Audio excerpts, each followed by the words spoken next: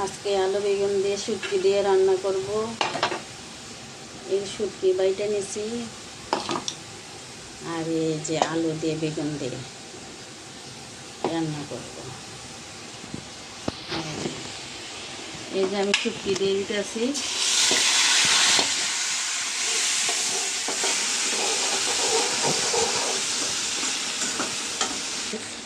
এই যে লবণ দিয়ে দিলাম,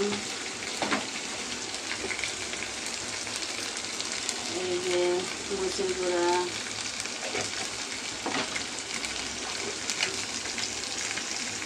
হলুদের গুঁড়া,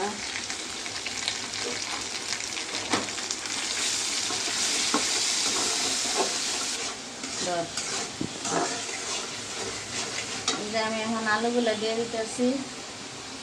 আসিল আলু শুটকি দিয়ে রান্নলে মজাই লাগে। এখন আমি আগে আলুগুলো দিয়ে দিব, পরে আমি এই যে বেগুনগুলো দিব। কষাতে থাকি, আলুটা আগে সিদ্ধ হবে, রেখে দিলাম। এই যে আলুগুলি আড়া সিদ্ধ হয়ে গেছে, এখন আমি বেগুনগুলো দিয়ে দিব। এই যে বেগুন,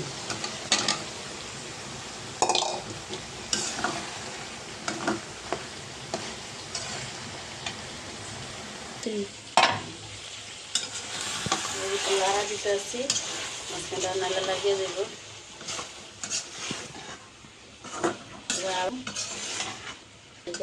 এখন আমি রেখে দিব।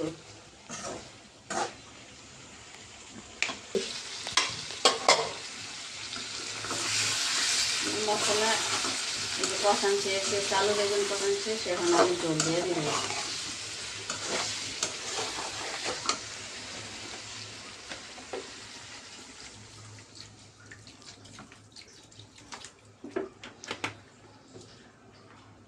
যে আমার শুটকি রান্না শেষ আলু দিয়ে বেগুন দিয়া, আপনারাও খেয়ে দেখতে পারেন, আমার কাছে সেই লাগে।